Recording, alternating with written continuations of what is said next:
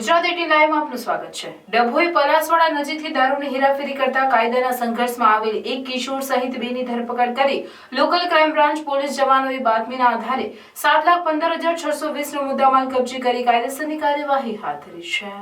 ડભોઈ તરફ local crime branch police જવાનો ભૂપતભાઈ તેમજ પ્રવીણસિંહ નાઓ પેટ્રોલિંગમાં હતા। તે અરસામાં બોડેલી તરફથી કારમાં દારૂ લઈ જવાતો હોવાની બાતમી મળતા પોલીસ જવાનો દ્વારા પલાસવાડા વોચ રાખી બાતમીના આધારે આવી રહેલ ગાડીને ઊભી રાખી તપાસ કરતા ગાડીમાંથી કુલ 1500 નંગ બોટલ ભારતીય બનાવટનો વિદેશી દારૂનો જથ્થો કિંમત 2,05,620નો મળી આવ્યો હતો।